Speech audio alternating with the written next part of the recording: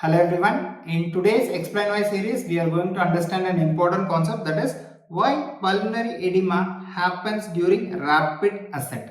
What is this rapid ascent? If suppose somebody is going for a high altitude and they are not getting adequate acclimatization, they are rapidly progressing to higher and higher altitude. In those people, they can have the ability to develop pulmonary edema. They will have the serious side effect of developing pulmonary edema and sometimes even cerebral edema. In this video, we'll try to understand the reason why this pulmonary edema happens. This usually happens whenever somebody wants to travel high altitude immediately at the rapid descent. Suppose he has just landed in Leh today and immediately they have started towards the Ladakh region, like much higher altitude. So they can develop pulmonary edema.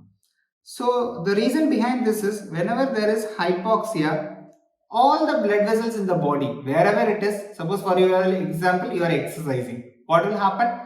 We have to increase the blood flow to this particular region and these vessels will vasodilate.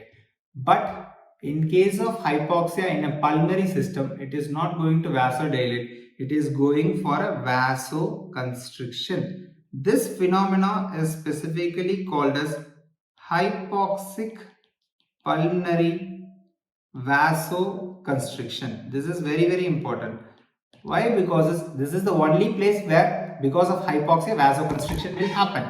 But if you ask me why this is happening, this is because what is the only purpose, main important purpose of the lung? It is to oxygenate the blood. So whenever there is hypoxia, this alveoli is not getting adequate oxygen. And let's say it is having a collateral because of which it is getting the blood supply. This alveoli is not getting the air. Is there any use in supplying blood to this particular alveoli? It is of no use. So what the system has adapted is it will go for vasoconstriction so that blood can be diverted to an adjacent alveoli where there is adequate ventilation. So this is a wonderful phenomenon under normal circumstances because an alveoli is not getting air, so don't perfuse it much. But what happens in high altitude? High altitude, most of the alveoli are going for pulmonary vasoconstriction. So what will happen? Most of the alveoli are not getting air and most of the blood vessels are going for pulmonary vasoconstriction. So what will happen is they will develop pulmonary hypertension.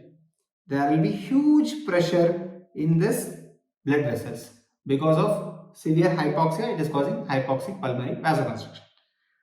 And because now what the right ventricle will try to do? Right ventricle will try to push its blood and it will try to push it with more pressure because of this hypertension. And what will happen is because of the severe stress on this vessel, there is the stress failure of the vessel. So the vessels will go for a stress failure.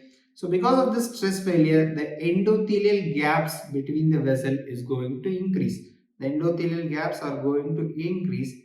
And because of this endothelial gap, what will happen? The fluid will start leaking from the blood vessel into the surrounding area, causing a edema in the pulmonary system. So this stress failure is the cause of edema. Why this stress is happening? Because of pulmonary hypertension. Why this pulmonary hypertension is happening? Because of hypoxic pulmonary vasoconstriction.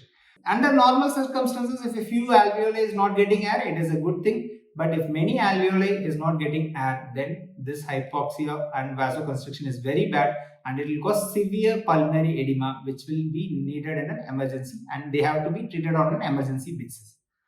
So that is how pulmonary edema happens during rapid ascent. So what is the advice? Always take adequate time at the lowland and then ascend up, then take adequate time, then ascend up. So that process is called as acclimatization. I hope it's clear. Thank you for watching the video. We'll see you in the next video. Thank you so much.